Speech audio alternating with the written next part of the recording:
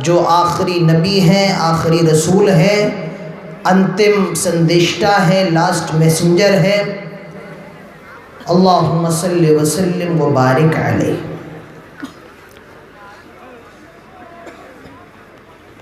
پیارے دوستو، اس وقت میری گھڑی میں 1:45 ہو رہے ہیں۔ آپ یہ سمجھیے کہ آدھی رات گزر چکی ہے اور آدھی رات بچی ہوئی ہے، اور اس وقت سردی بھی بہت زیادہ ہے، ٹھنڈی بھی کافی ہے، اور آپ لوگ اس سردی میں بیٹھے ہوئے ہیں۔ آپ کے بیٹھنے کو اللہ تعالیٰ قبول فرمائے، ہم سب کی حاضری کو اللہ تعالیٰ قبول فرمائے، اور جو باتیں ہوں اس پر ہم سب کو عمل کرنے کی پوری توفیق عطا فرمائے، آمین۔ کہا جاتا ہے کہ ایک بڑا سا جنگل تھا، اس جنگل کے اندر آگ لگ گئی۔ اس جنگل کے اندر جتنے جانور تھے وہ سارے کے سارے اس جنگل سے باہر نکل گئے۔ اس جنگل کے اندر جتنے پرندے تھے وہ سارے کے سارے جنگل سے باہر نکل گئے۔ جنگل کافی بڑا تھا، اس جنگل کے اندر بڑے بڑے جانور رہا کرتے تھے، اس جنگل کے اندر خونخوار درندے رہا کرتے تھے، خونخوار جانور رہا کرتے تھے،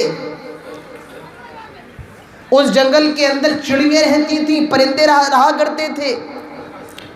سارے جانور جنگل سے باہر نکل گئے، سارے پرندے جنگل سے باہر نکل گئے، لیکن ایک معصوم سی چڑیا، جسے اردو کے اندر گوریا کہا جاتا ہے، جس کا سائز میری 3 انگلیوں سے زیادہ نہیں ہوگا، وہ جاتی ہے اور ایک تالاب سے اپنے چونچ میں پانی بھرتی ہے، اور جو بڑا سا جنگل آگ میں جل رہا ہے اس پر ڈالنا شروع کر دیتی ہے۔ پھر جاتی ہے، پھر پانی بھرتی ہے، اور اس جنگل کی جو آگ ہے، جو جنگل جل رہا ہے اس پر ڈالنا پھر شروع کر دیتی ہے۔ اور جانوروں نے گوریا کو دیکھا، اس چڑیا کو دیکھا، کہا گوریا کیا تو پاگل ہو گئی ہے؟ آئے گوریا کیا تیرا دماغ سٹھیا گیا ہے، کہ تیرا دماغ خراب ہو گیا ہے؟ کہا کیوں؟ آئے گوریا تیرا سائز اتنا چھوٹا ہے اور تیری چونچ اور بھی زیادہ چھوٹی ہے، اور یہ جنگل کتنا بڑا ہے، کتنی تیز آگ لگی ہوئی ہے، تو جتنی چاہے کوشش کر لے، تو جتنا چاہے پانی ڈال لے، مگر یاد رکھ تو جتنی بھی محنت کرے گی، جتنا بھی پانی ڈالے گی، تیری محنت رنگ نہیں لائے گی، اس جنگل کی آگ کو بجھا نہیں سکتی ہے، تیری یہ محنت اس جنگل کی آگ کو بجھانے کے لیے ناکافی ہے، تیری یہ محنت اس جنگل کی آگ کو بجھا نہیں سکتی ہے۔ اور میں آپ کو بتاؤں اس وقت اس گوریا نے کیا جواب دیا تھا، اس وقت اس چڑیا نے کیا جواب دیا تھا۔ وہ چڑیا کہتی ہے، وہ گوریا کہتی ہے، آئے پرندوں یہ نہ سوچو کہ میں جنگل کی آگ کو بجھانے کی کوشش کر رہی ہوں، آئے پرندوں مجھے پاگل نہ کہو، مجھے مجنون نہ کہو، مجھے دیوانہ نہ کہو، مجھے یہ بھی معلوم ہے میں جتنی کوشش کر لوں میں اس جنگل کی آگ کو نہیں بجھا سکتی ہوں، لیکن ہاں میں پھر بھی پانی ڈال رہی ہوں، اور میں پانی ڈالتی رہوں گی۔ کیوں؟ اس لیے جب اس جنگل کا اتہاس لکھا جائے گا، جب اس جنگل کی تاریخ لکھی جائے گی، جب اس جنگل کی ہسٹری لکھی جائے گی، تاریخ لکھی جائے گی، تو اس جنگل کی آگ کو بجھانے والوں میں سب سے پہلا نام میرا نام ہوگا، اس جنگل کی آگ پر پانی ڈالنے والوں میں سب سے پہلا نام میرا نام ہوگا۔ کم سے کم آگ جلانے والوں میں تو نہیں، آگ بجھانے والوں میں میرا نام ہوگا، آگ پہ پانی ڈالنے والوں میں میرا نام سب سے پہلے ہوگا۔ اے کٹیہار کے لوگوں، اے سادن پور کے لوگوں، میں آپ کو یہ کیوں بتا رہا ہوں، میں یہ واقعہ آپ کے سامنے کیوں بیان کر رہا ہوں؟ اس لیے آج ملک کے اندر بھی ایک آگ لگی ہوئی ہے، آج بھارت کے اندر بھی ایک آگ لگی ہوئی ہے، اور وہ آگ لگانے والی کوئی اور نہیں بلکہ موجودہ سرکار ہے، ہندوستان کی موجودہ حکومت ہے، بھارت کی موجودہ سرکار ہے، اور اس نے پورے ملک میں ایک آگ لگا دی ہے۔ اور وہ آگ کیا ہے؟ سرکار ایک قانون لے کر کے آئی جسے NRC کہا جاتا ہے، ایک قانون لے کر کے آئی جسے CAA کہا جاتا ہے، اور یہ قانون اتنا زیادہ بھیانک ہے، یہ قانون اتنا زیادہ خطرناک ہے، جو اس قانون کی خطرناکی کو سمجھ گیا ہے، جو اس قانون کی حقیقت کو سمجھ گیا ہے، اس نے اپنے گھروں کو چھوڑ دیا ہے، اور وہ اس آگ کو بجھانے کی کوشش کر رہا ہے، اس آگ پر قابو پانے کی کوشش کر رہا ہے۔ یہ NRC کیا ہے؟ یہ CAA جو پہلے CA بھی تھا، بل تھا، ایکٹ بن گیا، یہ کیا ہے؟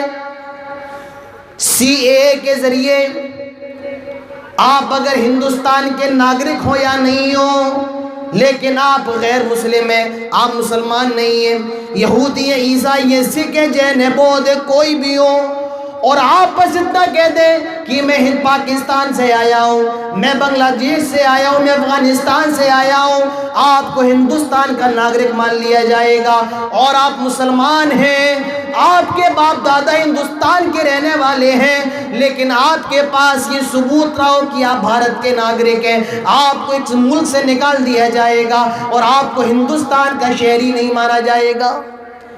لوگوں کے پاس 10 سال پرانے کاغذات آپ کو نہیں ملیں گے، اور آج ہماری حکومت کہہ رہی ہے کہ 50 سال پرانے کاغذات لے کر کے آؤ۔ باڑھ آئی، سیلاب آیا، پورا گھر کا سامان بہہ گیا، کاغذ بہہ گئے، طوفان آیا، گھر بھی ختم ہو گیا، کاغذ بھی ختم ہو گئے۔ بتائیے جو ان حادثوں کا شکار ہوئے وہ کہاں سے اپنے کاغذ لے کر کے آئیں گے؟ کہاں سے اپنے کاغذ لے کر کے آئیں گے؟ آج یہی تمام چیزیں ہیں، اور مجھے معلوم ہے یہ تمام چیزیں خاص کر مسلمانوں کے لیے بنائی گئی ہیں۔ ہاں، انہیں ملک سے باہر کر دو، انہیں ڈیٹینشن کیمپ میں بھیج دو۔ یہ ڈیٹینشن کیمپ کیا ہیں؟ ایک کچھ کیمپ بنائے گئے ہیں جن میں لوگوں کو رکھا جائے گا جو اپنی ناگرکتا ثابت نہیں کر پائے، جو اپنی شہریت ثابت نہیں کر پائیں گے۔ تو میرے پیارے ساتھیوں، یہ سارے پروپیگنڈے تیار ہو رہے ہیں، یہ سارے منصوبے بنائے جا رہے ہیں، یہ ساری پلاننگیں کی جا رہی ہیں۔ کس کے لیے؟ صرف مسلمانوں کے لیے، ان مسلمانوں کو ستانے کے لیے۔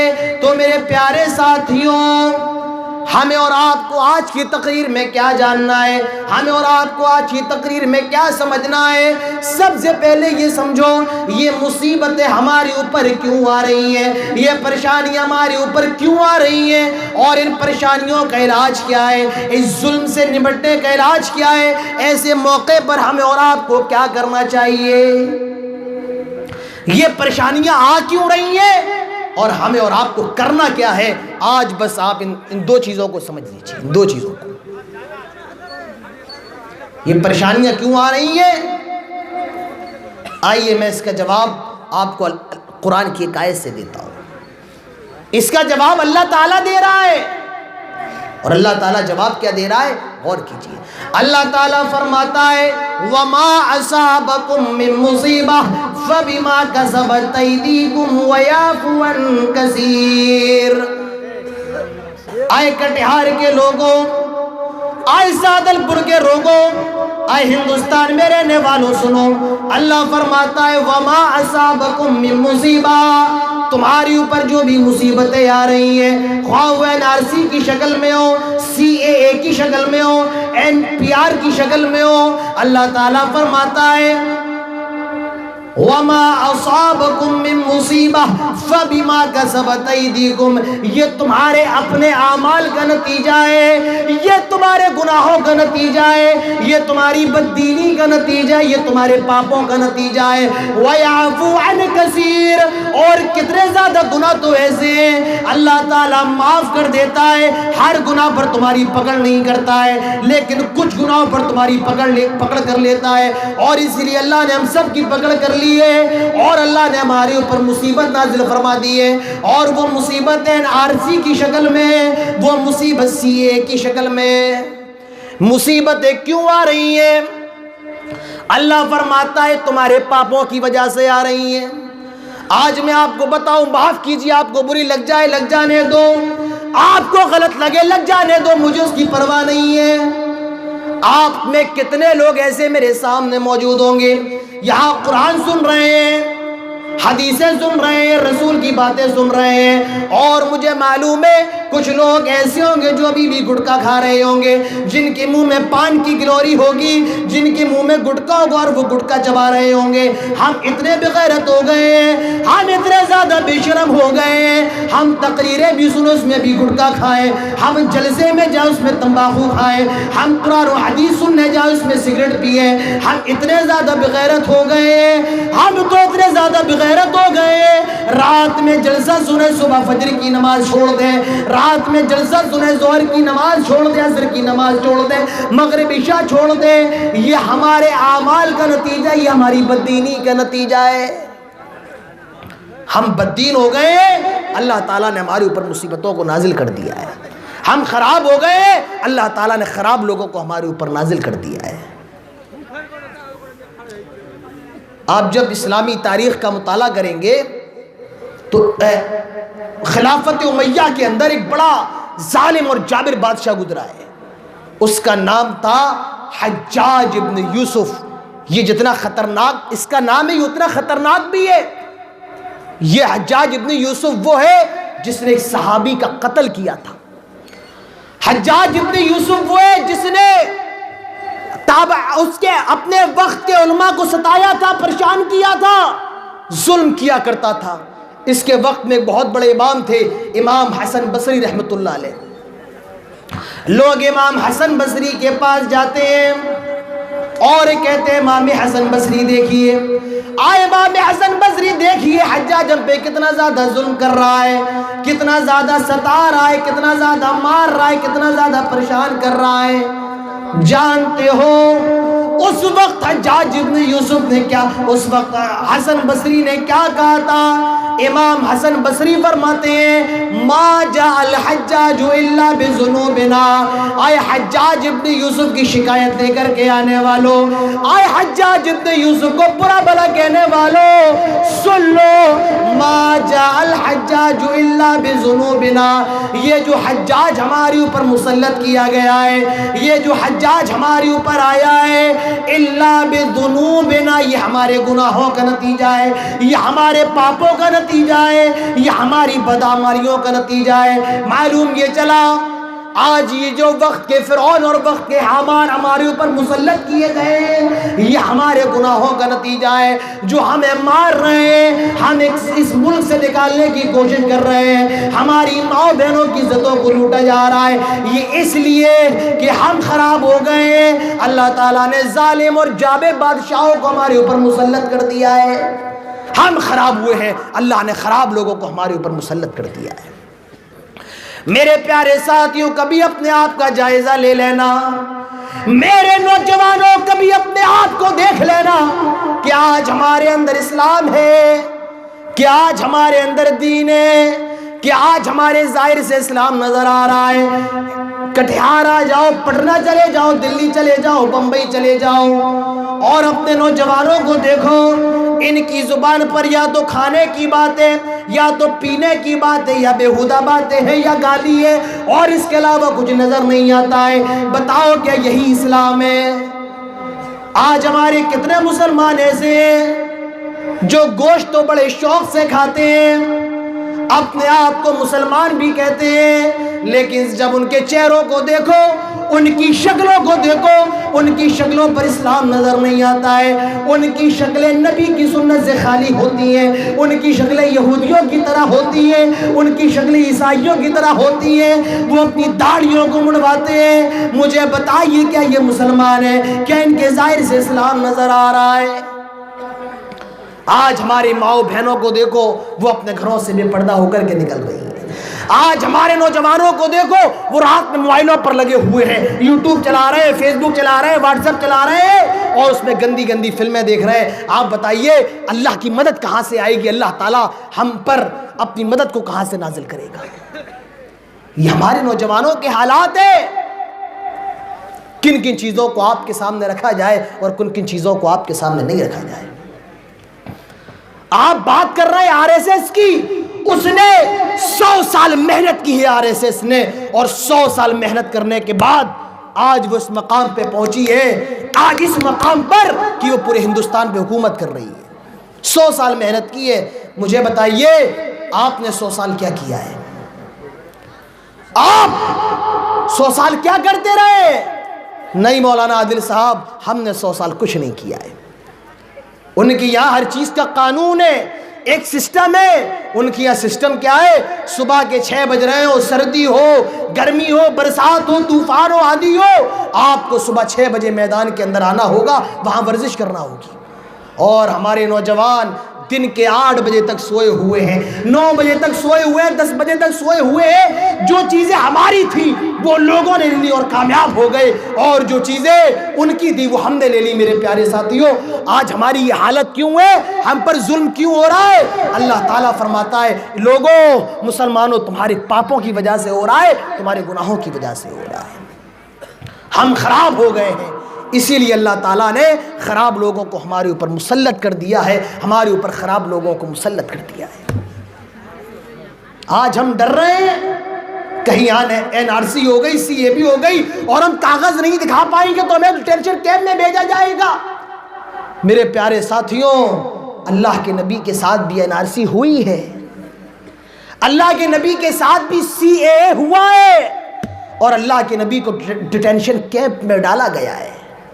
جو لوگ آپ میں پڑھے لکھے ہیں، جنہوں نے نبی کی سیرت پڑھی ہے، ان کو معلوم ہے آپ 3 سال شعب ابی طالب کے اندر رہتے ہیں۔ 3 سال نبی کا سوشل بائیکاٹ کیا گیا ہے، آپ 3 سال شعب ابی طالب میں رہتے ہیں، آپ کو کوئی کھانا دینے والا نہیں، آپ کے پورے خاندان کو ڈیٹینشن کیمپ میں بھیجا گیا، کوئی کھانا دینے والا نہیں، کوئی پانی کے لیے پوچھنے والا نہیں۔ اللہ کے نبی پتے چبایا کرتے تھے، اور جو جانور کا چمڑا ہوا کرتا تھا اس کو آپ چوس لیتے تھے، تاکہ جو گلا پانی نہیں تھا، چمڑے کو چوس کے آپ اپنی پیاس کو بجھایا کرتے تھے۔ یہ اللہ کے نبی کے ساتھ یہ تمام چیزیں ہوئی ہیں میرے پیارے ساتھیوں۔ تو ہمارے اوپر یہ ظلم کیوں ہو رہا ہے؟ کیونکہ ہم خراب ہوئے ہیں، اللہ تعالیٰ نے خراب لوگوں کو ہمارے اوپر مسلط کر دیا ہے۔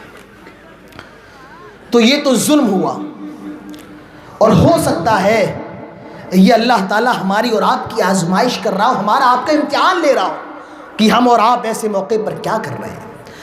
اللہ تعالیٰ فرماتا ہے، سورہ بقرہ اٹھاؤ، وَلَنَبْلُوَنَّكُمْ بِشَيْءٍ مِّنَ الْخَوْفِ وَالْجُوعِ وَنَقْصٍ مِّنَ الْأَمْوَالِ وَالْأَنفُسِ وَالثَّمَرَاتِ وَبَشِّرِ الصَّابِرِينَ۔ اللہ تعالیٰ فرماتا ہے اے لوگوں، اے مسلمانوں، ہم تمہیں ضرور بے ضرور آزمائیں گے، ہم تمہارا امتحان لیں گے، ہم تمہارا ایگزام لیں گے، تمہاری پریشہ لیں گے۔ اور کیسے آزمائیں گے یہ بھی اللہ تعالیٰ نے بتا دیا۔ من الخوف، خوف کے ذریعے، دہشت کے ذریعے، ڈر کے ذریعے ہم ڈر ڈال کر تمہیں آزمائیں گے، ہم لوگوں کا ڈر ڈال کر تمہارا امتحان لیں گے۔ معلوم یہ چلا آج یہ جو NRC ہو رہی ہے، CAA ہو رہا ہے، اس سے ہمیں اور آپ کو ڈرنے کی ضرورت نہیں ہے۔ اللہ تعالیٰ فرماتا ہے ہم تمہیں ضرور بھی ضرور آزمائیں گے، آپ کو ڈرنے کی ضرورت نہیں ہے۔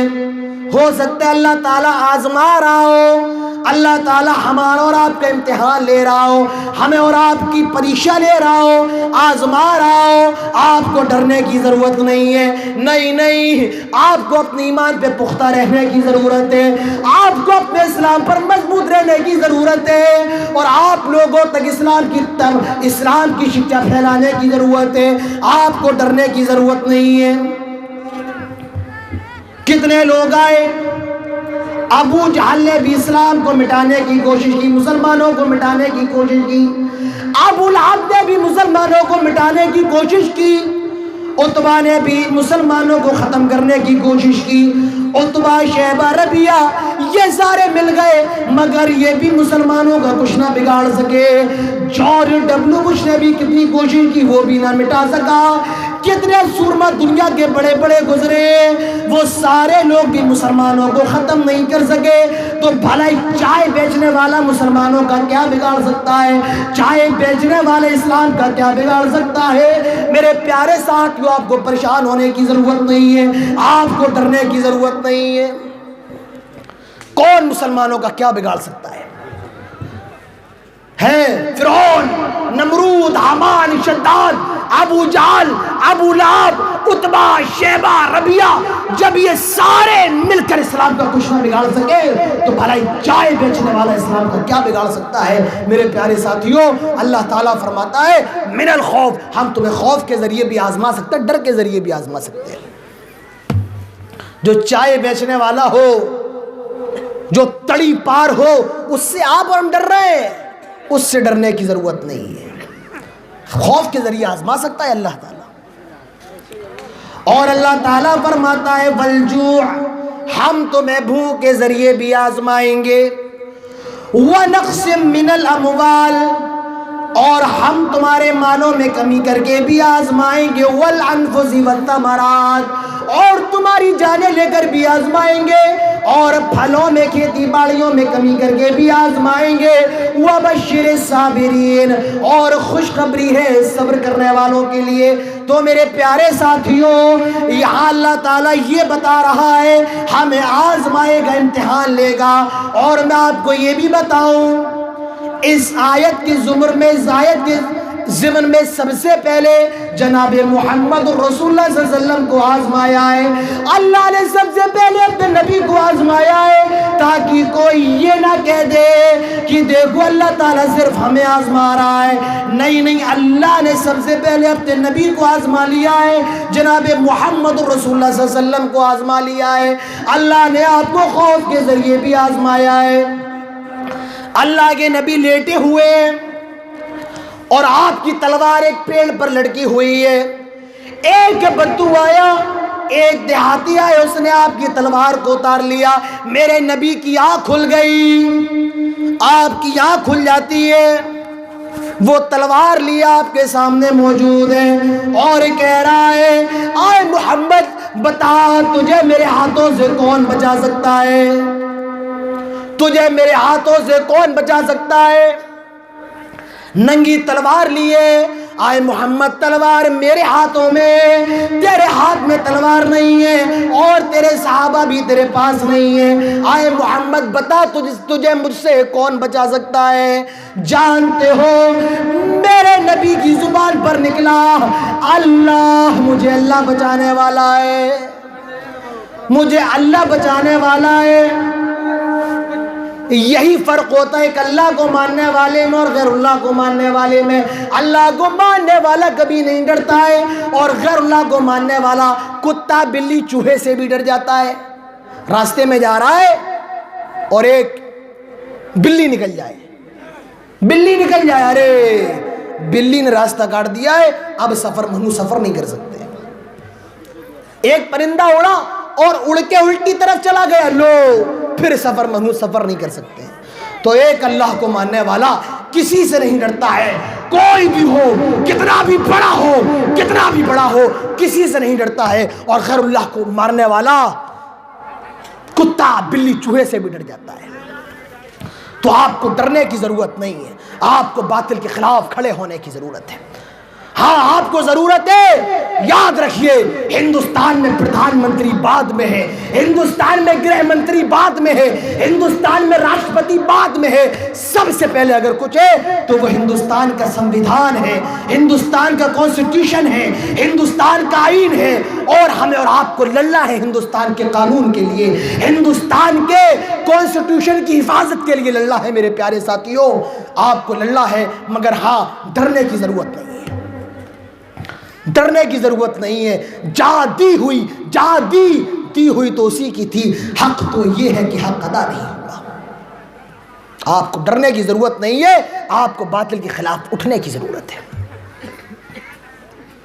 آسماں جلتی زمین پر نہیں آنے والا، اب کوئی اور پیغمبر نہیں آنے والا، پیاس کہتی ہے کہ ریت نچوڑی جائے، اپنے حصے میں سمندر نہیں آنے والا۔ میرے پیارے ساتھیوں، میں مبارکباد دینا چاہتا ہوں شاہین باغ کے لوگوں کو، جنہوں نے ملک کے اندر انقلاب کی ایک فضا بنائی ہے اور پورے ہندوستان کے لیے وہ مشعل راہ بنے ہیں۔ میرے پیارے ساتھیوں، آپ کو بھی محنت کرنا ہے شاہین باغ کے شاہینوں کی طرح، آپ کو بھی لڑنا ہے شاہین باغ کے لوگوں کی طرح، آج سمویدھان کے دائرے میں رہ کر، ہندوستان کے قانون کے دائرے میں رہ کر آپ کو بھی اپنی آواز بلند کرنا ہے۔ اور یاد رکھو، اگر صرف آگ کو آپ نے جلتا ہوا چھوڑ دیا اور اس پر پانی ڈالنے کی کوشش نہیں کی تو آپ کی نسلیں آگے چل کے روئیں گی، آپ کی اولاد آگے چل کر کے روئے گی۔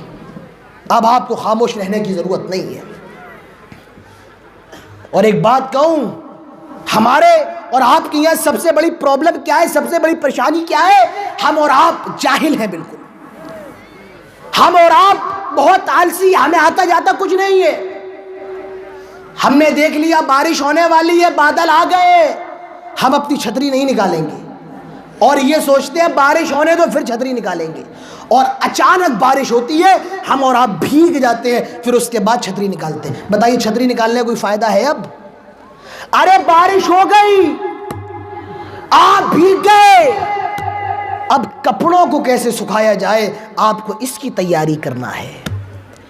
باڑھ کا پانی گھر میں آ گیا ہے، اب آپ ایسا بندوبست کیجئے آگے چل کے باڑھ کا پانی آپ کے گھر میں نہ آئے۔ میں کیا کہنا چاہ رہا ہوں، آپ اس کو سمجھنے کی کوشش کیجئے۔ میں اور زیادہ کھلے الفاظ میں نہیں کہہ سکتا ہوں میرے پیارے ساتھیوں، پریشانیاں بہت ہیں اس راستے میں، یہ بہت مشکلات ہیں اس راستے میں، بہت پھونک کے قدم رکھنا ہوتا ہے، بہت سی نظریں ہم لوگوں کے اوپر ہیں، زیادہ نہیں بول سکتے ہیں، لیکن اشاروں کی زبان میں آپ کو سمجھا رہے ہیں، اور اشاروں کی زبان میں آپ کو سمجھنا ہے۔ میرے پیارے ساتھیوں، اللہ تعالیٰ ہمیں اور آپ کو آزما رہا ہے۔ اللہ تعالیٰ فرماتا ہے ہم تمہیں ضرور بے ضرور آزمائیں گے۔ اور کیسے آزمائیں گے؟ من الخوف، ڈر کے ذریعے۔ اللہ نے اپنے نبی جناب محمد رسول اللہ صلی اللہ علیہ وسلم کو ڈر کے ذریعے آزمایا ہے۔ اور اللہ تعالیٰ فرماتا ہے والجوع، ہم تمہیں بھوک کے ذریعے بھی آزمائیں گے۔ جناب محمد رسول اللہ صلی اللہ علیہ وسلم کو بھوک کے ذریعے بھی آزمایا ہے۔ اللہ کے نبی کو بھوک لگ رہی ہے، آپ بھوکے ہیں، اپنے گھر کے باہر نکل جاتے ہیں، اپنے گھر کے باہر چلے جاتے ہیں، مدینے کی گلیوں میں کچھ دوری پہ چلتے ہیں، حضرت ابو بکر صدیق سے ملاقات ہو جاتی ہے، حضرت ابو بکر صدیق مل جاتے ہیں۔ کہا ہے ابو بکر کیا معاملہ ہے؟ آئے ابو بکر کیا بات ہے؟ اتنی رات گھر کے باہر کیا کر رہے ہو؟ حضرت ابو بکر کہتے ہیں آئے اللہ کے نبی بہت زیادہ بھوک لگ رہی ہے اور بھوک کی وجہ سے نیند نہیں آ رہی ہے، اسی لیے میں گھر کے باہر نکل گیا۔ آئے اللہ کے نبی آپ گھر کے باہر کیا کر رہے ہیں؟ اللہ کے نبی فرماتے ہیں آئے ابو بکر مجھے بھی بھوک لگ رہی ہے اور بھوک نے مجھے بھی گھر کے باہر نکال دیا ہے۔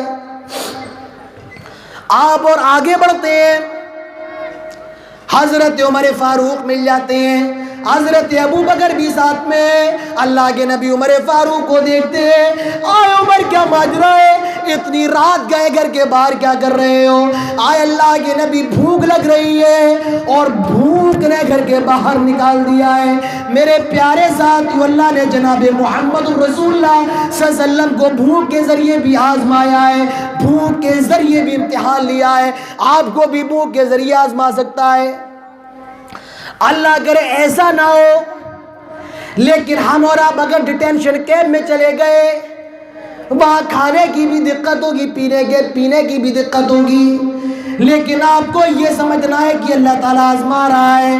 اور یاد رکھیے، ہر شام کی ایک صبح ہوتی ہے، ہر اندھیرے کے بعد ایک اجالا ہوتا ہے۔ آپ کو ڈرنے کی ضرورت نہیں ہے، آپ کو اللہ پہ بھروسہ کرنا ہے۔ آپ کو بھی آزمایا جا سکتا ہے۔ اللہ تعالیٰ فرماتا ہے ہم تمہیں بھوک کے ذریعے بھی آزما سکتے ہیں۔ جب اللہ نے نبی کو آزمایا تو ہم اور آپ تو بہت دور کی چیز ہیں، ہو سکتا ہے کہ اللہ تعالیٰ ہمیں اور آپ کو بھی آزما لے، ہو سکتا ہے اللہ تعالیٰ ہمارا اور آپ کا بھی امتحان لے لے۔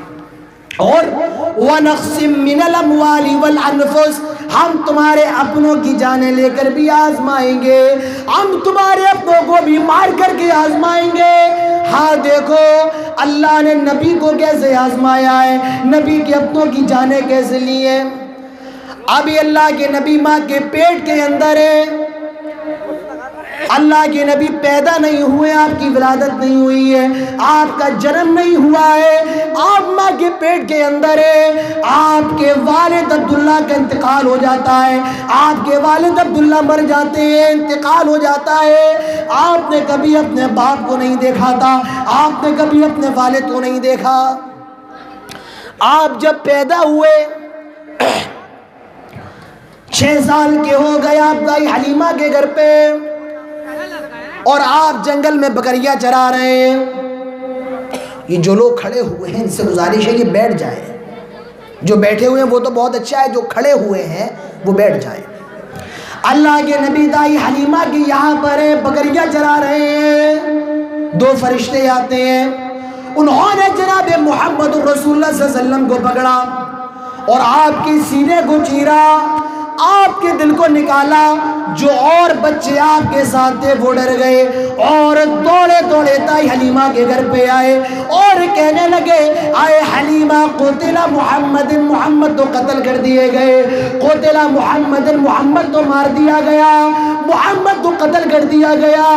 دائی حلیمہ سنتی ہے، اپنے گھر کے باہر نکل جاتی ہے، دوڑی دوڑی جنگل میں جاتی ہے، دیکھتی ہے محمد رسول اللہ تنہ تنہ جنگل کی طرف سے آ رہے ہیں۔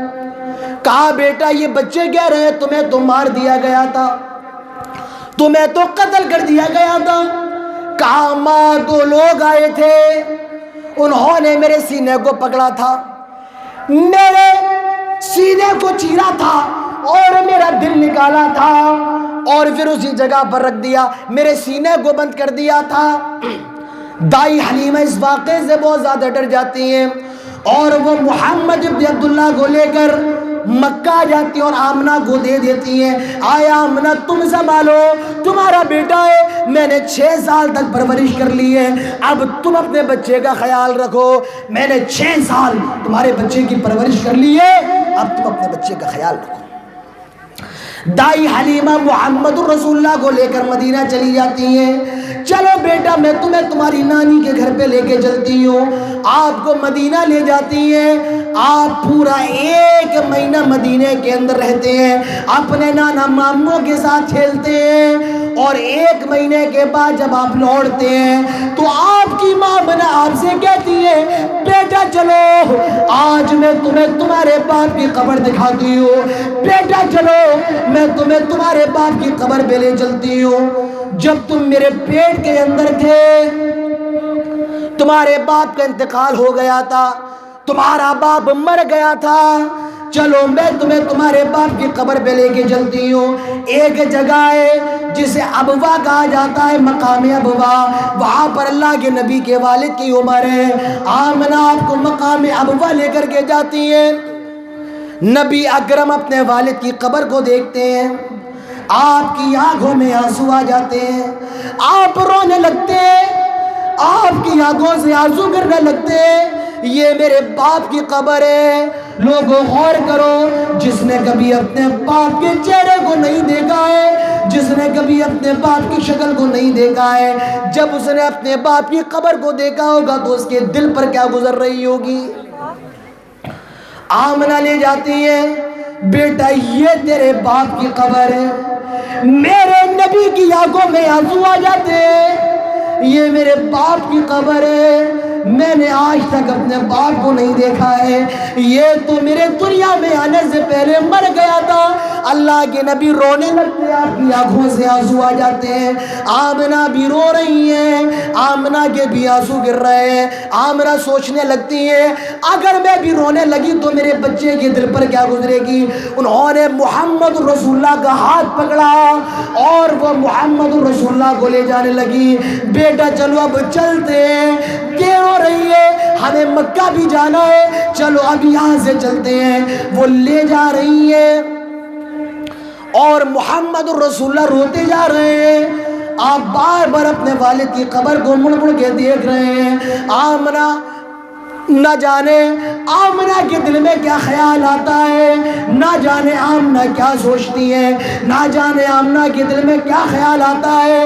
وہ پیچھے مڑتی ہے اور نبی کے والد عبداللہ کی قبر پر گر جاتی ہے۔ اسی موقع پر نبی کی ماں آمنہ کا بھی انتقال ہو جاتا ہے، نبی کی ماں آمنہ بھی مر جاتی ہے۔ میرے پیارے ساتھیوں، غور کرو میرے نبی کے دل پر کیا گزر رہی ہوگی، میرے نبی کے دل پر کیا بیت رہی ہوگی۔ یہاں ماں کی قبر کو دیکھا، آنکھوں سے آنسو نہ رکے، یہاں باپ کی قبر کو دیکھا، آنکھوں سے آنسو نہ رکے، یہاں ماں کا بھی انتقال ہو گیا، ماں بھی مر گئی۔ غور کیجئے ماں کے دل پر کیا گزر رہی ہوگی۔ یہاں باپ کی قبر کو دیکھ رہے ہیں، آنکھوں سے آنسو نہیں رک رہے، یہاں ماں کا بھی انتقال، ماں نے بھی دم توڑ دیا، ماں کا بھی انتقال۔ آپ اپنے دادا کی سرپرستی میں، عبد المطلب کی سرپرستی میں 2 سال کے بعد، یعنی جب آپ 8 سال کے ہوتے تو آپ کے دادا کا بھی انتقال ہو جاتا ہے، عبد المطلب بھی مر جاتے ہیں۔ جب آپ تھوڑے اور بڑے ہوئے، جوان ہو گئے اور آپ نے لوگوں کو اسلام کی دعوت دی، آپ نے لوگوں کو اسلام کی طرف بلایا، لوگ مکے کے لوگ آپ کے پاس آئے اور کہنے لگے آئے محمد، آپ کو جتنی خوبصورت لڑکی سے شادی کرنا ہے اتنی خوبصورت لڑکی سے شادی کر لو، آپ کو جتنا مال چاہیے وہ دینے کے لیے تیار ہے، لیکن اس دعوت کو چھوڑ دو، اس اسلام کے پیغام کو چھوڑ دو۔ وہ آپ کے چاچا کے پاس آئے چاچا، آئے ابو طالب اپنے بھتیجے کو سمجھا لو ورنہ بہت برا حال کریں گے۔ اللہ کے نبی آئے، چاچا ابو طالب بڑی محبت سے سمجھاتے ہیں۔ اللہ کے نبی کہتے ہیں آئے چاچا، اگر یہ مکے کے لوگ میرے دائیں ہاتھ میں سورج رکھ دیں اور بائیں ہاتھ میں چاند رکھ دیں تب بھی میں اللہ کی توحید کی دعوت سے نہیں ہٹوں گا۔ اس وقت ابو طالب کو بھی جوش آ گیا، آئے میرے بھتیجے تجھے جو کرنا ہے کر، میں بھی تیرا ساتھ دیتا ہوں، میں بھی تیرا سپورٹ کرتا ہوں، تجھے پریشان ہونے کی ضرورت نہیں ہے۔ لیکن اس کے کچھ دن کے بعد آپ کے چاچا کا بھی انتقال، آپ کے چاچا ابو طالب بھی مر گئے جن کا سپورٹ آپ کو بہت زیادہ حاصل تھا۔ باپ انتقال کر گئے، باپ کی قبر پہ ماں بھی مر گئی، دادا کا بھی انتقال ہو گیا اور یہاں جوانی میں سب سے زیادہ ساتھ دینے والا چاچا بھی مر گیا۔ اب آپ کی بیوی ہے، نام کیا ہے؟ حضرت خدیجہ۔ حضرت خدیجہ یہ نبی کی سب سے بڑی بیوی ہے، اور آج میرے نبی کے اوپر یہ اعتراض تو کیا جاتا ہے کہ میرے نبی نے 11 شادیاں کی ہیں۔ او لوگوں سن لو، میرے نبی پر یہ طنز کرنے والوں کی میرے نبی نے 11 شادیاں کی ہیں، آئے میرے نبی کو برا بھلا کہنے والوں سن لو، میرے نبی نے 11 شادیاں تو کی ہیں، لیکن جب تک میرے نبی کی یہ بڑی بیوی حضرت خدیجہ زندہ رہی تب تک میرے نبی نے کوئی شادی نہیں کی ہے۔ جب تک نبی کی یہ بیوی زندہ رہی تب تک اللہ کے نبی نے کوئی نکاح نہیں کیا ہے۔ یہ تو بڑے شوق سے کہا جاتا ہے میرے نبی نے 11 شادیاں کی ہیں، لیکن ذرا یہ بھی دیکھو جب تک یہ بیوی زندہ رہی میرے نبی نے کسی عورت سے شادی نہیں کی ہے، کسی عورت سے شادی نہیں کی۔ اتنی محبت اللہ کے نبی اپنی بیویوں سے کیا کرتے تھے۔ ہاں اسلام یہ بھی سکھاتا ہے اپنی بیویوں سے بہت زیادہ پیار کیا جائے، اپنی بیویوں سے بہت زیادہ محبت کی جائے، اپنی بیویوں کو تنہا نہ چھوڑ دیا جائے، اپنی بیویوں کو طلاق نہ دے دی جائے، اپنی بیویوں کو بغیر طلاق کے نہ چھوڑ دیا جائے۔ یہ بھی ہمارا اسلام کہتا ہے۔ آج ہمارے ملک کے وزیر اعظم کہہ رہے ہیں مسلمان عورتوں پر بہت زیادہ ظلم ہوا ہے، مسلمان عورتوں پر بہت زیادہ ظلم ہوا ہے، ایک بار میں 3 طلاقیں دے کر لوگوں نے ان کو طلاق دے دی ہے۔ ہم مسلمان بہنوں کے آواز کو بلند کرنا چاہتے ہیں، ہم ان کے حق کے خلاف لڑنا چاہتے ہیں۔ آئے بھارت کے پردھان منتری، ٹھیک ہے، بہت اچھی بات ہے، بہت پیاری بات ہے، آپ کی بات کو سلام ہے، بہت اچھی بات ہے، آپ مسلمان عورتوں کے لیے لڑ رہے ہیں، آپ مسلمان خواتین کے حق کے لیے لڑ رہے ہیں، بہت اچھی بات ہے۔ کبھی جشودا بہن کے لیے بھی لڑ لو، کبھی جشودا بہن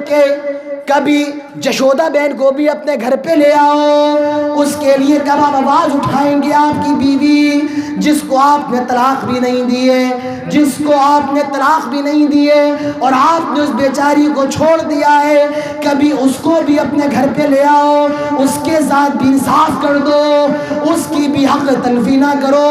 آپ جشودا بہن کے لیے کب بولیں گے؟ کب؟ یہ تمام چیزیں میرے پیارے ساتھیوں، تو اللہ کے نبی کی سب سے بڑی بیوی حضرت خدیجہ ہے۔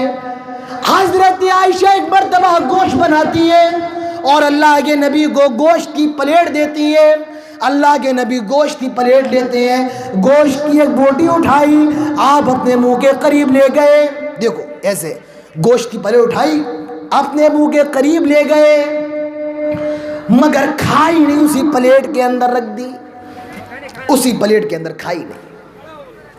پھر ایک بوٹی اٹھائی، اپنے منہ کے قریب لے گئے، مگر اسی پلیٹ کے اندر رکھ دی، پھر اٹھائی، پھر منہ کے قریب لے گئے، پھر کھائی نہیں، اسی پلیٹ کے اندر رکھ دی۔ حضرت عائشہ یہ پورا ماجرا دیکھ رہی تھی۔ حضرت عائشہ فرماتی ہے، آئے اللہ کے نبی کیا بات ہے، آپ یہ گوشت کیوں نہیں کھا رہے ہیں؟ میں نے بہت محبت سے بنایا ہے، میں نے بہت پیار سے بنایا ہے، آئے اللہ کے نبی آپ یہ گوشت کیوں نہیں کھا رہے ہیں؟ اللہ کے نبی کہتے ہیں، آئے عائشہ مجھے خدیجہ کی یاد آ رہی ہے، آئے عائشہ مجھے خدیجہ کی یاد ستا رہی ہے، آئے عائشہ مجھے خدیجہ کی یاد آ رہی ہے۔ اسی طرح خدیجہ بھی گوشت بنایا کرتی تھی اور مجھے کھلایا کرتی تھی، مجھے بہت زیادہ خدیجہ کی یاد آ رہی ہے۔ حضرت عائشہ فرماتی ہے، آئے اللہ کے نبی کیا آپ اس خدیجہ کا ذکر کرتے رہتے ہیں؟ آئے اللہ کے نبی کیا آپ اس بوڑھی عورت کا ذکر کرتے رہتے ہیں؟ آپ میرے سامنے خدیجہ کا ذکر نہ کیا کیجئے، آپ میرے سامنے خدیجہ کا نام نہ لیا کیجئے، وہ مر چکی ہے، اب میں آپ کی بیوی ہوں، آپ میرے سامنے خدیجہ کا نام نہ لیجئے۔ اللہ کے نبی فرماتے ہیں، آئے عائشہ لگام دو اپنی زبان کو، آئے عائشہ لگام دو، تمہیں کیا جانو خدیجہ میرے لیے کون ہے؟ آئے عائشہ ایک لفظ بھی خدیجہ کے بارے میں بولنے کی ضرورت نہیں، تمہیں کیا جانو خدیجہ میرے لیے کون ہے؟ جب ساری دنیا مجھے مار رہی تھی، مجھ پر پتھر برسا رہی تھی، تب اکیلی خدیجہ میری حفاظت کر رہی تھی، میرے زخموں سے نکلنے والے خون کو صاف کر رہی تھی۔ آئے عائشہ ایک لفظ بھی خدیجہ کے خلاف بولنے کی ضرورت نہیں ہے۔ حضرت عائشہ کہتی ہے، آئے اللہ کے نبی ٹھیک ہے، اب آپ یہ گوشت کھا لیجئے۔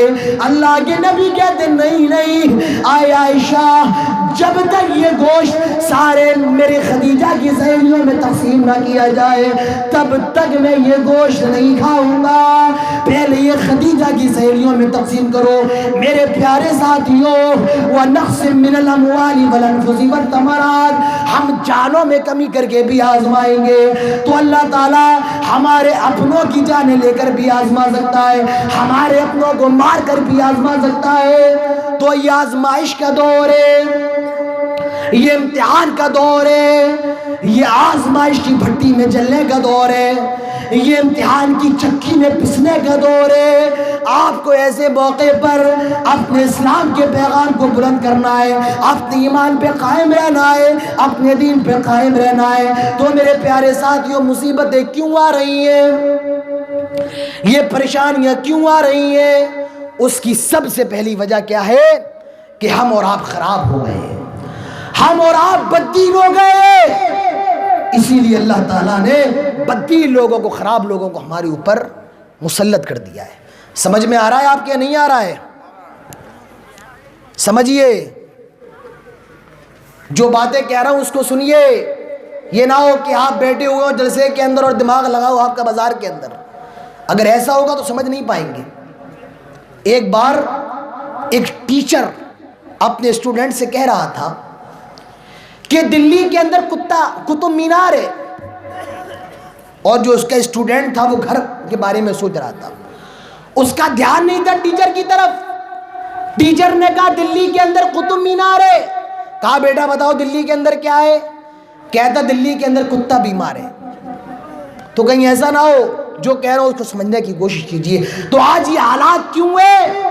اس لیے ہے کیونکہ ہم خراب ہوئے ہیں، اللہ تعالیٰ نے خراب لوگوں کو ہمارے اوپر مسلط کر دیا ہے۔ اور دوسری وجہ کیا ہے؟ ہم اور آپ آزمائش کی بھٹیوں کے دور میں ہیں۔ آزمائشیں ہوں گی خوف کے ذریعے، ڈر کے ذریعے، دہشت کے ذریعے۔ آپ کو ایسے موقع پر کیا کرنا ہے؟ وبشر الصابرین، آپ کو ایسے موقع پر صبر کرنا ہے۔ تو میرے پیارے ساتھیوں، یہ مصیبتیں کیوں آ رہی ہیں یہ چیز آپ کے سامنے ہو گئی۔ اب ہماری تقریر کا دوسرا پارٹ ہے، ہماری تقریر کا دوسرا حصہ، کہ اب یہ مصیبتیں آ گئی ہیں، اب یہ پریشانیاں آ گئی ہیں۔ اگر NRC واپس نہیں ہوتا ہے، CAA واپس نہیں ہوتا ہے، تو ہمیں اور آپ کو کرنا کیا ہے ایسے موقع پہ؟ ہمیں اور آپ کو کرنا کیا ہے؟ تو سب سے پہلی چیز میرے پیارے ساتھیوں، سب سے پہلی چیز، آپ کو اپنے دین پہ مضبوط رہنا ہے، آپ کو اپنے اسلام پہ مضبوط رہنا ہے۔ مجھے معلوم ہے جب NRC چلے گا، CAA چلے گا، اور جن لوگوں کے نام نہیں آئیں گے وہ اپنا نام بدلیں گے، اپنا دھرم پریورتن کریں گے، وہ اپنا نام بدلیں گے۔ وہ لائے ہیں NRC اس لیے تاکہ آپ کو مسلمان سے ہندو بنایا جائے، وہ لائے ہیں NRC اس لیے تاکہ آپ کو آپ کے دھرم سے نکال دیا جائے۔ وہ تو آج سے 6 سال پہلے کہہ رہے ہیں گھر واپسی کر لو، چھوڑ دیں گے۔ یاد رکھو یہ NRC آئی اس لیے ہے تاکہ آپ کو غیر مسلم بنا دیا جائے، آپ کو آپ کے اسلام سے دور کر دیا جائے۔ لیکن میرے پیارے ساتھیوں، مر جانا، مٹ جانا، لیکن اسلام کو چھوڑنا گوارا مت کرنا، توحید کے ساتھ کمپرومائز مت کرنا۔ اللہ کے نبی فرماتے ہیں ان قتلتا او حرقتا لا تشرک باللہ، لوگوں آگ میں تمہیں جلا دیا جائے، تمہاری بوٹی بوٹی کر کے قیمہ بنا دیا جائے، یہ تو گوارا کر لینا، لیکن لا تشرک باللہ، اللہ کے ساتھ کسی کو شریک مت کرنا، اللہ کے ساتھ کسی کمپرومائز مت کرنا۔ مشکلیں آئیں گی، آپ کو اپنے اسلام پہ قائم رہنا ہے، آپ کو اسلام کے ساتھ سمجھوتا نہیں کرنا ہے، آپ کو اپنا دھرم نہیں بدلنا ہے۔ میرے پیارے ساتھیوں، زندگی 4 دن کی ہے، اصل زندگی آخرت کی زندگی ہے۔ یہاں مشکلیں آئیں گی، یہاں آپ کو بندوقوں کے سامنے کھڑا ہونا ہے، یہاں آپ کو توپوں کے سامنے کھڑا ہونا ہے، یہاں آپ کو تلواروں کے سامنے کھڑا ہونا ہے، لیکن ہاں ان تمام چیزوں کے سامنے کھڑے ہو کر کے آپ کو اپنے سینے میں لا الہ الا اللہ محمد رسول اللہ لے کر کے کھڑا ہونا ہے۔ آپ کو لا الہ الا اللہ محمد رسول اللہ کا پرچم بلند کر کے کھڑا ہونا ہے۔ اسلام کے ساتھ کوئی کمپرومائز نہیں، توحید کے ساتھ کوئی سمجھوتا نہیں۔ یہ گاٹھ باندھ لیجئے میرے پیارے ساتھیوں، میں آپ سے بہت ذمہ داری کے ساتھ کہہ کر کے جا رہا ہوں، ایک ایک بات بڑی ذمہ داری کے ساتھ کہہ کر کے جا رہا ہوں۔ ان تمام چیزوں کو اپنے پاس رکھیے اور جو کہہ رہا ہوں اس کو سمجھنے کی کوشش کیجیے۔ ابھی رک جائیے، مجھے معلوم ہے آپ کے کان بڑے منتظر ہیں، مولانا صاحب آئے ہیں وید سنیں گے، مجھے معلوم ہے آپ کے کان بڑے منتظر ہیں، کیوں؟ مولانا صاحب آئے کچھ شلوک سنائیں گے۔ ایک بات کہہ رہا ہوں، آپ کو بری لگ جائے مجھے اس کی پرواہ نہیں ہے۔ آپ نے ان ویدوں کو سن کر کے، آپ نے ان منتروں کو سن کر کے اپنے جلسوں کو خراب کر لیا ہے، اپنے دینی جلسوں کو برباد کر لیا ہے۔ یہ جلسے ہوتے ہیں قرآن و حدیث سننے کے لیے، مگر نہیں، آپ کو تو وید چاہیے۔ مولانا صاحب مزہ آ جاتا ہے وید سن کے۔ کیا ہمارے لیے قرآن و حدیث کافی نہیں ہے؟ کیا ہمارے لیے اللہ اور اس کے رسول کی باتیں کافی نہیں ہے؟ کہاں قرآن اور کہاں یہ وید ہمارے قرآن کا مقابلہ کر سکتے ہیں؟ ہماری حدیثوں کا مقابلہ کر سکتے ہیں؟ آپ کے ذہنوں کے اندر یہ چیزیں آ کہاں سے جاتی ہے؟ اور ایک بات اور کہہ کر کے جا رہا ہوں، اگر ان 70 سالوں میں یہ شیرشاہ وادی جو قوم ہے، اگر اس نے اپنے جلسوں میں وید سننے کے بجائے قرآن و حدیث پہ زور دے دیا ہوتا، اللہ کی قسم آج آپ کی یہاں علم کا فقدان ہوتا، آج آپ کی یہاں لوگ علم والے ہوتے۔ مگر یہ معاملہ نہیں ہے، آپ نے جلسوں کو صرف وید کا مرکز بنایا ہے، وید سننے کی جگہ بنایا ہے، آپ نے قرآن و حدیث سننے کی جگہ نہیں بنایا ہے۔ میرے پیارے ساتھیو، تمام چیزیں چھوڑیے، قرآن سنیے، حدیث سنیے۔ قرآن سن کر کے لوگ ایمان لے آئے ہیں۔ اب آپ کہیں گے مولانا صاحب وید سن کر کے غیر مسلم بھائی ایمان لے کر کے آ جاتے ہیں۔ مجھے بتائیے اس پنڈال کے اندر کتنے غیر مسلم بھائی ہیں؟ میں سنا دوں گا، مجھے یاد ہے، 1 گھنٹہ میں آپ کو وید سناؤں، مجھے کوئی فرق پڑنے والا نہیں ہے۔ لیکن مجھے یہ بتائیے سنانے کا فائدہ کیا ہے؟ آپ کہیں گے مولانا صاحب غیر مسلم اسلام لے کر کے آ جائیں گے۔ اگر اسلام کی دعوت دینا ہے نا تو سب سے پہلے اپنے اخلاق سے دو۔ اسلام کی دعوت دینا ہے تو سب سے پہلے اپنے کیریکٹر سے اسلام کی دعوت دو۔ اگر اسلام کی دعوت دینا ہے تو سب سے پہلے اپنے اخلاق کے ذریعے لوگوں کو اسلام کی طرف بلاؤ، کیونکہ اسلام جو پھیلا ہے وہ اخلاق کے زور پہ پھیلا ہے۔ اسلام جو پھیلا ہے وہ اخلاق کی تلوار پہ پھیلا ہے۔ اگر لوگوں کو بلانا ہے تو اپنے اخلاق کے ذریعے بلائیے اسلام کی طرف۔ تو میرے پیارے ساتھیوں، ان تمام باتوں کو آپ کو جاننے کی ضرورت ہے، سمجھنے کی ضرورت ہے۔ تو اب ایسے حالات میں ہمیں اور آپ کو کیا کرنا ہے؟ ہمیں اور آپ کو اپنے دین پہ قائم رہنا ہے، ہمیں اور آپ کو اپنے اسلام پہ قائم رہنا ہے۔ مشکل کتنی بھی بڑی ہو، دین کے ساتھ کوئی سمجھوتا نہیں کرنا ہے۔ حضرت موسیٰ کے وقت مسلمان کیسے ہیں؟ جو کنگھی اٹھائیں تو بسم اللہ پڑھیں، اور ہم اور آپ کیسے ہیں؟ 786 کہتے ہیں ارے یہی سب کچھ ہے، 786 میں ہو جائے گا، ہو جائے گا 786 میں، بسم اللہ۔ بتائیے اگر ایک بات بتائیے، آپ لوگ اپنے دماغ سے سوچئے، اگر سارا ثواب نمبر نکالنے سے مل جاتا ہے اور سارا کام نمبر نکالنے سے ہو جاتا ہے تو ابھی 3 مہینے کے بعد رمضان آنے والے ہیں۔ رمضان کے اندر ہم اور آپ کتنے لمبی لمبی تراویحیں پڑھتے ہیں، 1 گھنٹے کی تراویحیں، پیر بیچارے ہمارے اور آپ کے شل ہو جاتے ہیں۔ اگر نمبر نکالنے کے بعد ثواب ملتا ہے تو ایسا کیا جائے تراویح کے اندر نمبر نکال لو، اللہ اکبر 819 کھٹا کھٹ رکوع سجدہ، جاؤ اپنے گھر پہ، ہو گئی نماز۔ کتنا اچھا رہے بھائی، نمبر نکال لیا، ثواب پورا مل جائے گا۔ ہر چیز نمبر سے ہونے لگے۔ ہم اور آپ ایک دوسرے کو آوازیں تو نمبر سے دیں، 112 کہاں جا رہا ہے، 718 کہاں جا رہا ہے، اور دھوکے سے کسی کا نام، کسی کا نمبر 420 نکل آئے اور کہو 420، جوتا دے گا منہ پہ، منہ لال کر دے گا آپ کا۔ تمام نمبر نکال لو بسم اللہ کا، اسی سے کام ہو جاتا ہے۔ بڑا عجیب معاملہ ہے۔ اچھا سوچو اگر ہر چیز کے نمبر نکال لیے جائے، سارے ناموں کے نمبر نکال لیے جائے تو ہمارے اور آپ کے سماج کے اندر نکاح کیسے ہوں گے؟ نکاح کیسے ہوں گے؟ 578، کیا تجھے 984 کے ساتھ نکاح قبول ہے؟ سوچی حالات کیا ہو جائیں گے ہمارے اور آپ کے۔ میں آپ کو بتانا چاہتا ہوں، آپ کو دھرم سے دور کرنے کی کوشش کی جائے گی۔ آپ سے کہا جائے گا ہمارے کروڑوں دیوتاؤں کے سامنے جھک جاؤ، عبد الرحمن عبداللہ سے اپنا نام بدل کر یوگیندر رکھ دو، جتیندر رکھ دو۔ میرے پیارے ساتھیوں، آپ کو اسلام کے ساتھ کمپرومائز کرنے کی ضرورت نہیں ہے۔ مر جانا، مٹ جانا یہ تو گوارا کر لینا، مگر ہاں توحید کے ساتھ کمپرومائز کرنا گوارا نہیں کرنا، مار دیا جائے گا۔ جب قیامت کے دن اللہ کے پاس پہنچیں گے، اللہ تعالیٰ کہے گا میرے بندے کیا لے کر کے آئے ہیں؟ کہیں گے اللہ بہت زیادہ نمازیں نہیں پڑھی ہیں، آئے اللہ بہت زیادہ نیکیاں نہیں کی ہیں، آئے اللہ بہت زیادہ اچھے کام نہیں کیے، مگر اللہ دنیا میں بہت زیادہ مصیبتیں آئی ہیں، ہمیں تیرے دھرم سے دور کرنے کی کوششیں کی گئی ہیں، ہمیں شرک کرنے پر مجبور کیا گیا ہے، مگر اللہ ہم نے تیرے علاوہ کسی کے سامنے جھکنا گوارا نہیں کیا، ہم نے تیرے علاوہ کسی سے مانگنا گوارا نہیں کیا۔ آئے اللہ گناہ بہت کیے ہیں مگر تیری ذات کے ساتھ کمپرومائز نہیں کیا۔ اللہ گناہ بہت کیے ہیں مگر تیرے ساتھ کسی کو شریک نہیں کیا۔ کم سے کم قیامت کے دن یہ بھی کہہ سکتے ہیں۔ میرے پیارے ساتھیوں، ایسے حالات میں ہمیں کیا کرنا ہے، ایسی سچویشن میں ہمیں کیا کرنا ہے؟ ہمیں اور آپ کو اپنے دین پر مضبوط رہنا ہے، ہمیں اور آپ کو اسلام پر مضبوط رہنا ہے۔ NRC آ جائے، CA آ جائے، ہمیں ڈیٹینشن کیمپ میں بھی بھیج دیا جائے، پہلے تو ہم لڑیں گے اور قانونی طور پہ لڑیں گے، سنویدھانک طور پہ لڑیں گے اور آخری سانس تک لڑیں گے۔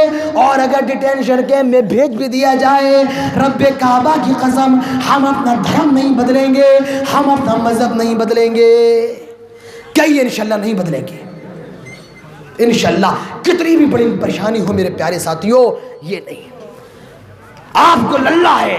کس کے لیے؟ سنویدھان کے لیے لڑنا ہے، اور ہم اپنی آواز بلند کریں گے، سنویدھان کے تحت بلند کریں گے۔ ہندوستان کا آئین ہمیں اور آپ کی اس بات کی اجازت دیتا ہے، ہمیں اور آپ کی اس بات کی اتھارٹی دیتا ہے۔ تو میرے پیارے ساتھیوں، میں عرض یہ کر رہا تھا، ہمیں اور آپ کو ایسی صورت میں کیا کرنا ہے؟ ہمیں اور آپ کو ایسی صورت میں کیا کرنا ہے؟ اپنے دین پر مضبوط رہنا ہے، اسلام پر مضبوط رہنا ہے، اور توحید کے ساتھ کمپرومائز نہیں کرنا ہے۔ ہمیں اور آپ کو ایسے وقت میں کیا کرنا ہے؟ ہمیں اور آپ کو ایسے وقت میں دنیاوی اسباب کو اختیار کرنا ہے، دنیاوی طریقوں کو اختیار کرنا ہے۔ دیکھیے، یہ دنیا دار الاسباب ہے، یہاں اسباب اختیار کرنا ہوں گے آپ کو۔ آپ سوچیں کہ صرف بد دعاؤں سے کام چل جائے گا، یہاں بد دعاؤں سے کام نہیں چلے گا، یہاں آپ کو دنیاوی اسباب اختیار کرنا ہے۔ آپ کو دنیاوی اسباب اختیار کیجیے، آپ صرف بد دعائیں مت کیجیے۔ آپ بد دعاؤں کا سیزن گیا، بد دعاؤں کا ٹائم گیا، اب آپ محنت کیجیے۔ محنت کیسے کریں گے؟ اب آپ پڑھیے، جتنا پڑھ سکتے ہیں اتنا پڑھنے کی کوشش کیجیے، اور صرف دینی تعلیم نہیں، دنیاوی تعلیم میں بھی آئیے۔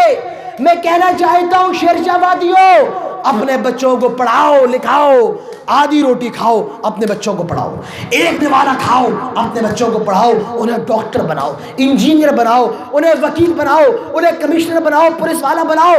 دینی تعلیم کے ساتھ ساتھ انہیں دنیاوی تعلیم میں لاؤ، کیونکہ یہ دنیا دار الاسباب ہے۔ یا آپ کو محنت کرنا ہے، یا آپ کو کوشش کرنا ہے، تبھی کامیابی ملے گی، ایسے آپ کو اور ہم کو کامیابی نہیں ملے گی۔ اللہ کے نبی مکے سے مدینہ جا رہے ہجرت کر کے، آپ نے راستہ الگ چنا۔ آپ کو معلوم تھا اگر میں ڈائریکٹ والا راستہ چنتا تو مکے کے لوگ مجھے پکڑ لیتے۔ اللہ چاہتا اپنے نبی کے لیے ایک ایسی سواری کا انتظام کرتا کہ آپ مکے میں بیٹھتے اور مدینہ اترتے، لیکن نہیں، یہ دنیا دار الاسباب ہے، یہاں آ گئے، آپ کو محنت کرنا ہے تو اب آپ لوگ محنت کریے، پڑھیے لکھیے۔ اور میں اپنے نوجوانوں سے کہنا چاہتا ہوں، میرے نوجوانوں آپ بھی پڑھیے اور اپنے آپ کو مضبوط کیجیے، مضبوط کیجیے، آپ اپنے جسم کو مضبوط کیجیے، اپنی باڈی کو مضبوط کیجیے۔ آپ صبح اٹھیے، آپ دوڑیے، بھاگیے، اپنے آپ کو فزیکلی مضبوط کیجیے۔ آپ ہمارے نوجوانوں کو دیکھو، یہ 8 بجے تک سوئے ہوئے، ہمارے نوجوان رات کے 2 بجے تک جاگ رہے ہیں، واٹس ایپ چلا رہے ہیں، یوٹیوب چلا رہے ہیں، خود لذتی کا شکار ہے، اپنی جوانی کو ضائع کر رہے ہیں۔ بتائیے کہ آپ کی جوانی اسلام کے کام آئے گی؟ صبح فجر میں اٹھیے، رات میں صحیح وقت پہ سوئیے تاکہ آپ کی نیند پوری ہو اور آپ کا جسم مضبوط ہو۔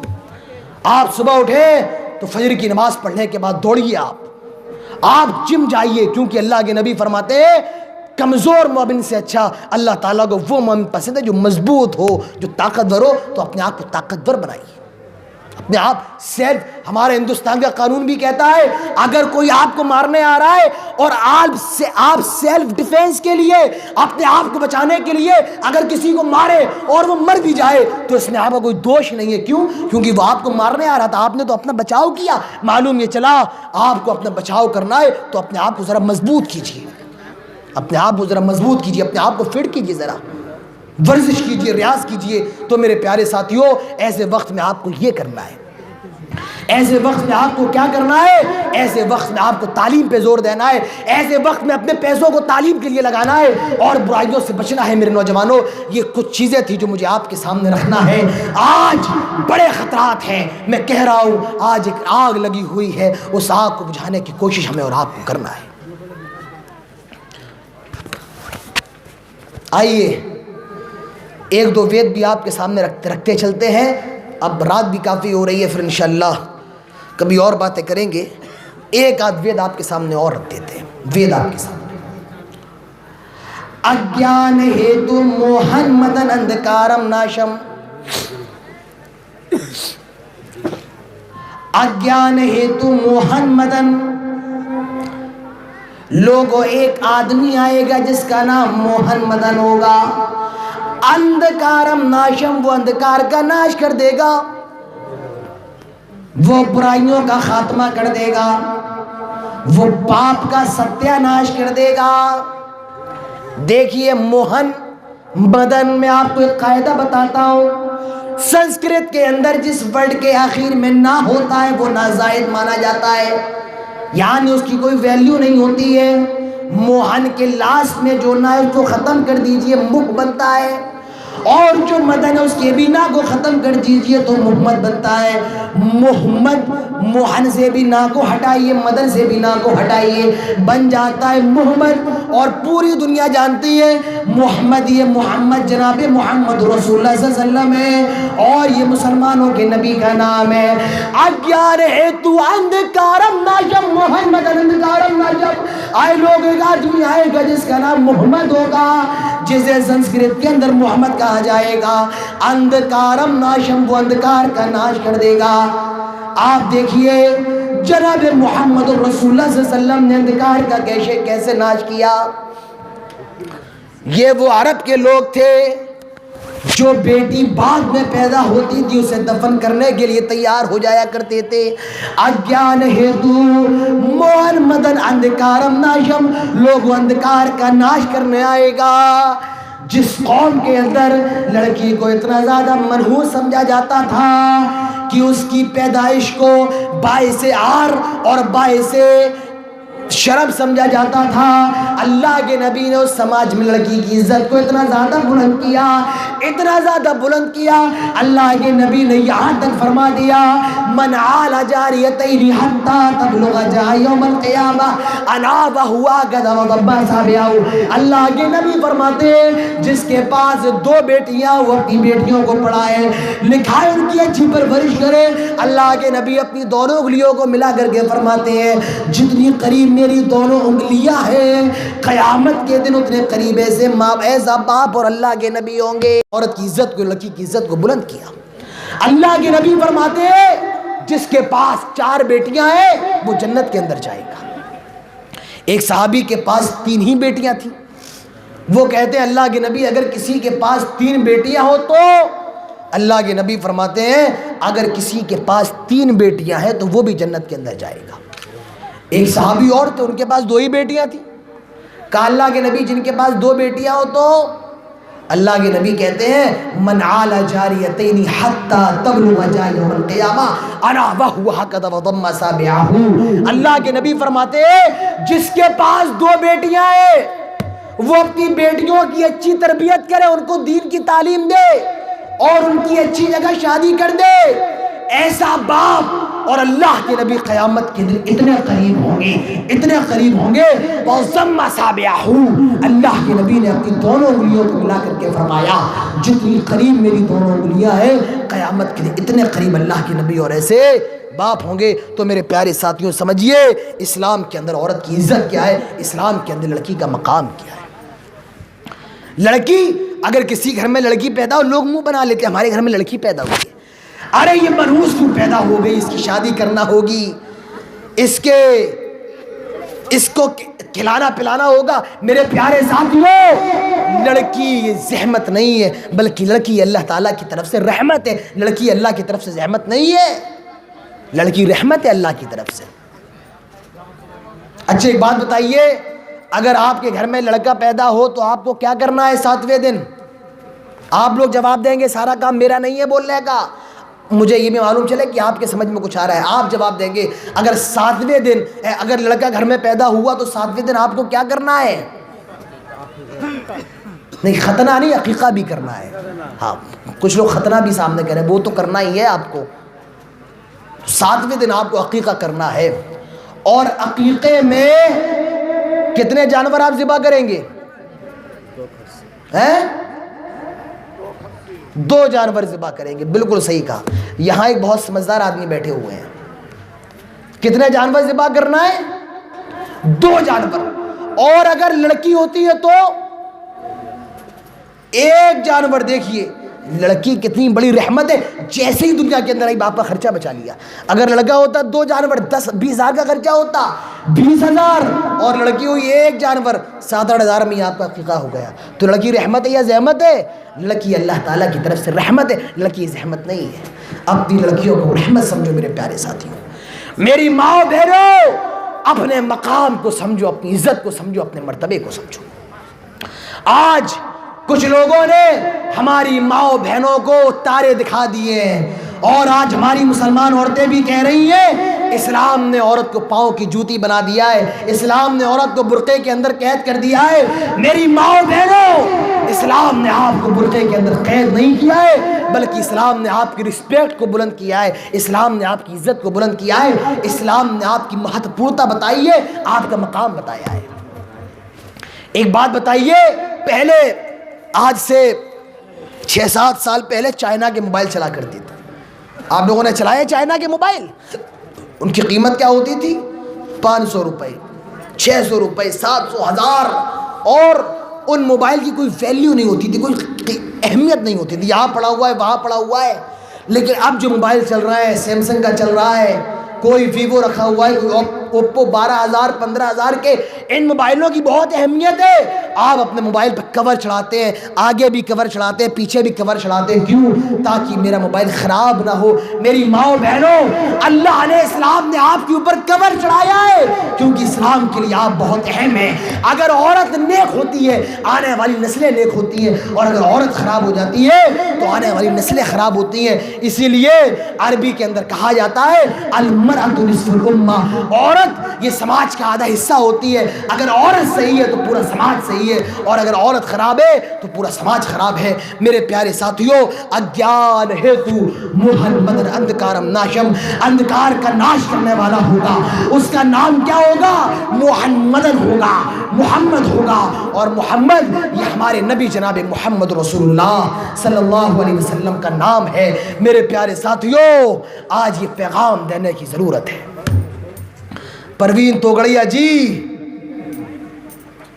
موہن بھاگوت جی، میرے نبی کو دہشت گرد کہنے والوں، یہ میرے نبی ہیں. میرے نبی کون ہے؟ جنہوں نے عورتوں کی عزت کو بلند کیا، جنہوں نے عورتوں کو سماج کے اندر عزت دی ہے. میرے نبی کون ہے؟ اگیار ہیتو محمد اندھکارم ناشم. آپ کی کتابیں کہہ رہی ہیں، کتابیں آپ کی، صفحے آپ کے، لکھنے والے آپ کے، پریسیں آپ کی، اور زبان میری ہے. وہ اندھکار کا ناش کرنے والا ہوگا. میرے نبی نے اندھکار کا ناش کیا ہے. میرے پیارے ساتھیوں، یہی چند باتیں تھیں جو مجھے آپ کے سامنے کرنا تھی. حالات بڑے ناساز ہیں، حالات بڑے ناساز ہیں، لیکن اب آپ کو خاموش رہنے کی ضرورت نہیں ہے، آپ کو بولنا ہے، آپ کو بولنا ہے. کتاب سادار رہے گی کب تک؟ کبھی تو آغاز باب ہوگا. جنہوں نے بستی اجاڑ ڈالی کبھی تو ان کا حساب ہوگا. اور وہ دن گئے، وہ دن گئے جب ہر ستم پہ آداب محبوب کہہ کے چپ تھے. اٹھے گی جب ہم پر اینٹ کوئی تو پتھر اس کا جواب ہوگا. اٹھے گی جب ہم پر اینٹ کوئی تو پتھر اس کا جواب ہوگا. میرے پیارے ساتھیوں، آج ہمارا ملک غلط لوگوں کے ہاتھوں میں چلا گیا ہے. ہمیں اپنے وطن سے محبت ہے، ہمیں اپنے وطن سے پیار ہے. ہمیں اور آپ کو اس کا ثبوت دینا ہے اور اپنے وطن کو ترقی کے مناظروں پہ لے کر کے جانا ہے. اور یہ نہ کہا جائے کہ ہمیں ہندوستان سے محبت نہیں، یہ نہ کہا جائے ہمیں بھارت سے محبت نہیں. ہمیں بھارت سے بہت محبت ہے. جب یہ بھارت انگریزوں کے قبضے میں تھا، اسے آزاد کروانے کے لیے مہاتما گاندھی کے ساتھ ساتھ مولانا ابوالکلام آزاد بھی تھے. اسے آزاد کروانے کے لیے اگر اشفاق اللہ خان کو پھانسی دی گئی ہے، اگر بھگت سنگھ کو پھانسی دی گئی ہے، تو اشفاق اللہ خان کو بھی پھانسی دی گئی ہے۔ یہ ملک جتنا تمہارا ہے، یہ ملک اتنا ہمارا ہے۔ ہم اس ملک کے ناگرک ہیں، ہم اس ملک کے شہری ہیں۔ ہندو مسلمان میرے پیارے ساتھیوں سب بعد میں ہے، ہم اور آپ ہندوستانی ہیں۔ اور یہ لڑائی صرف مسلموں کی لڑائی نہیں ہے، یہ لڑائی ہمارے ہندو بھائیوں کی بھی لڑائی ہے۔ یہ ابھی مسلمانوں کو اس ملک سے نکالنا چاہتے ہیں، آگے چل کر کے یہ جو نچلی جات کا طبقہ ہے، جو دلت لوگ ہیں، ان سے بھی ہندوستان کی شہریت کو ختم کریں گے۔ آپ دیکھیے آگے چل کر کے ہونے کیا والا ہے۔ لیکن ہمیں اور آپ کو ہوش کے ناخن لینا ہے اور ان تمام چیزوں کے خلاف لڑنے کی ضرورت ہے میرے پیارے ساتھیوں۔ ہماری وطن پرستی پہ شک نہ کیا جائے کہ ہمیں ہندوستان سے محبت نہیں۔ ثبوت دیں گے وفا کا، یوں اشتباہ ہے غلط، مٹا کے خاک میں رکھ دیں گے ہر سپاہی غلط۔ اور برب کعبہ ہم آنکھیں نکال پھینکیں گے اٹھی جو ملک کی جانب نگاہ غلط۔ میرے پیارے ساتھیوں، ہمیں ہندوستان سے بہت محبت ہے، ہمیں ہندوستان سے بہت پیار ہے۔ آج کہا جا رہا ہے مسلمانوں اپنی ناگرکتا دکھاؤ، اپنا آدھار کارڈ دکھاؤ، اپنا پین کارڈ دکھاؤ۔ ہمارا آدھار کارڈ دیکھنا ہے، ہمارا آدھار کارڈ آگرہ کا تاج محل ہے۔ ہمارا پین کارڈ چاہیے، ہمارا پین کارڈ دلی کا لال قلعہ ہے۔ ہمارا ووٹر کارڈ چاہیے، ہمارا ووٹر کارڈ حیدرآباد کا چار مینار ہے۔ ہمارا جنم پرماڑ پتر چاہیے، ہمارا جنم پرماڑ پتر دلی کی جامع مسجد ہے۔ پورا ہندوستان ہمارا ہے، ہندوستان کی مٹی کے ایک ایک ذرے میں ہمارا خون شامل ہے، کیونکہ ہم نے اس ملک کو آزاد کروانے کے لیے بھی قربانیاں دی ہیں اور آپ سے زیادہ دی ہیں۔ آج آپ انڈیا گیٹ جائیے اور وہاں دیکھیے، اس میں سب سے زیادہ نام مسلمانوں کے جنہوں نے ہندوستان کی آزادی کے لیے اپنی گردنوں کو کٹایا ہے۔ ہمیں ہندوستان سے بہت محبت ہے، ہمیں ہندوستان سے بہت پیار ہے۔ اور میں اس اسٹیج سے کہنا چاہتا ہوں، بھارت کے پردھان منتری سے کہنا چاہتا ہوں، ہندوستان کے وزیر اعظم سے کہنا چاہتا ہوں، آئے بھارت کے پردھان منتری، آئے بھارت کے پرائم منسٹر، آئے بھارت کے وزیر اعظم، اگر ہندوستان کی حفاظت کے لیے، اگر ہندوستان کی سرکشا کے لیے، اگر ہندوستان کی سیکیورٹی کے لیے ہماری ضرورت پڑ جائے، میں مولوی عادل رب کعبہ کی قسم کھا کر کے کہتا ہوں، اگر ہماری ضرورت پڑ جائے، آپ اپنے ہونٹوں کو ہلائیے، ہم سروں پہ کفن باندھ کے ہندوستان کی حفاظت کے لیے، ہم سروں پر کفن باندھ کے ہندوستان کی سرکشا کے لیے نکل جائیں گے، کیونکہ ہمیں اپنے ملک سے بہت زیادہ محبت ہے، ہمیں اپنے ملک سے بہت زیادہ پیار ہے۔ ہندوستان کے پردھان منتری اگر ہندوستان کی حفاظت کے لیے ہماری ضرورت پڑ جائے، آپ اپنے لبوں کو ہلائیے، رب کعبہ کی قسم، ہم ہندوستان کی حفاظت کے لیے، ہم ہندوستان کی سرکشا کے لیے اپنے سروں پہ کفن باندھ کے نکلیں گے، کیونکہ ہمیں اس ملک سے محبت ہے۔ اور اس ملک سے محبت کرنا، اپنے وطن سے پیار کرنا، یہ بھی ہم نے جناب محمد رسول اللہ صلی اللہ علیہ وسلم سے سیکھا ہے۔ اللہ کے نبی مکہ چھوڑ کے جا رہے ہیں، آپ مکے کی طرف دیکھتے ہیں اور کہتے ہیں، مکہ مجھے تجھ سے بہت زیادہ محبت ہے، مگر تیرے بچے، تیرے بیٹے، تیرے لوگ مجھے یہاں رہنے نہیں دیتے ہیں۔ میرے پیارے ساتھیوں، ہمیں اپنے وطن سے بہت محبت ہے، یہ دنیا والوں کو بتانے کی ضرورت ہے۔ اور ہندوستان کے اندر جو بھائی چارہ ہندو مسلمان کا، اس کو ہمیں اور آپ کو قائم رکھنے کی ضرورت ہے میرے پیارے ساتھیوں، ہندوستان کے اندر قائم رکھنے کی ضرورت ہے۔ اور اگر میرے ہندو بھائی یہ باتیں سن رہے ہیں، میں ان کو بھی بتانا چاہتا ہوں، میرے ہندو بھائیوں، ہماری اور آپ کی جو گنگا جمنی تہذیب ہے، ہماری اور آپ کی جو گنگا جمنی سبھیتا ہے، آج ان درندوں نے اس سبھیتا کو جلانے کی کوشش کر رہے ہیں، اس تہذیب کو جلانے کی کوشش کر رہے ہیں، اور یہ کہہ رہے ہیں کہ ہم رام راجیہ لے کر کے آئیں گے۔ ارے شری رام تو وہ تھے جنہوں نے یہ کہا تھا مہابھارت کے میدان میں، آئے ارجن اہنسا ستیم کرو دستیاگ، دیکھو اہنسا مت کرنا، کسی کو قتل مت کرنا، کسی بچے کو نہ مارنا، کسی عورت کو نہ مارنا۔ آج بتائیے، پہلو خان کو مارا جا رہا ہے، دادری کے اندر محمد اخلاق گائے کے گوشت کے شک میں اس کو مار دیا گیا، حافظ جنید کو ٹرین کے اندر مار دیا گیا۔ مجھے بتائیے ان بے قصوروں کو کیا جرم تھا؟ آپ کہہ رہے ہیں کہ آپ رام راجیہ قائم کریں گے، اللہ کی قسم یہ راج شری رام کا تو نہیں ہے، اللہ کی قسم یہ راج، یہ شاشن شری رام کا تو نہیں ہے۔ شری رام کا تو یہ کہنا تھا اہنسا ستیم کرو دستیاگ، کسی پر ظلم نہ کرنا، کسی پر اتیاچار نہ کرنا۔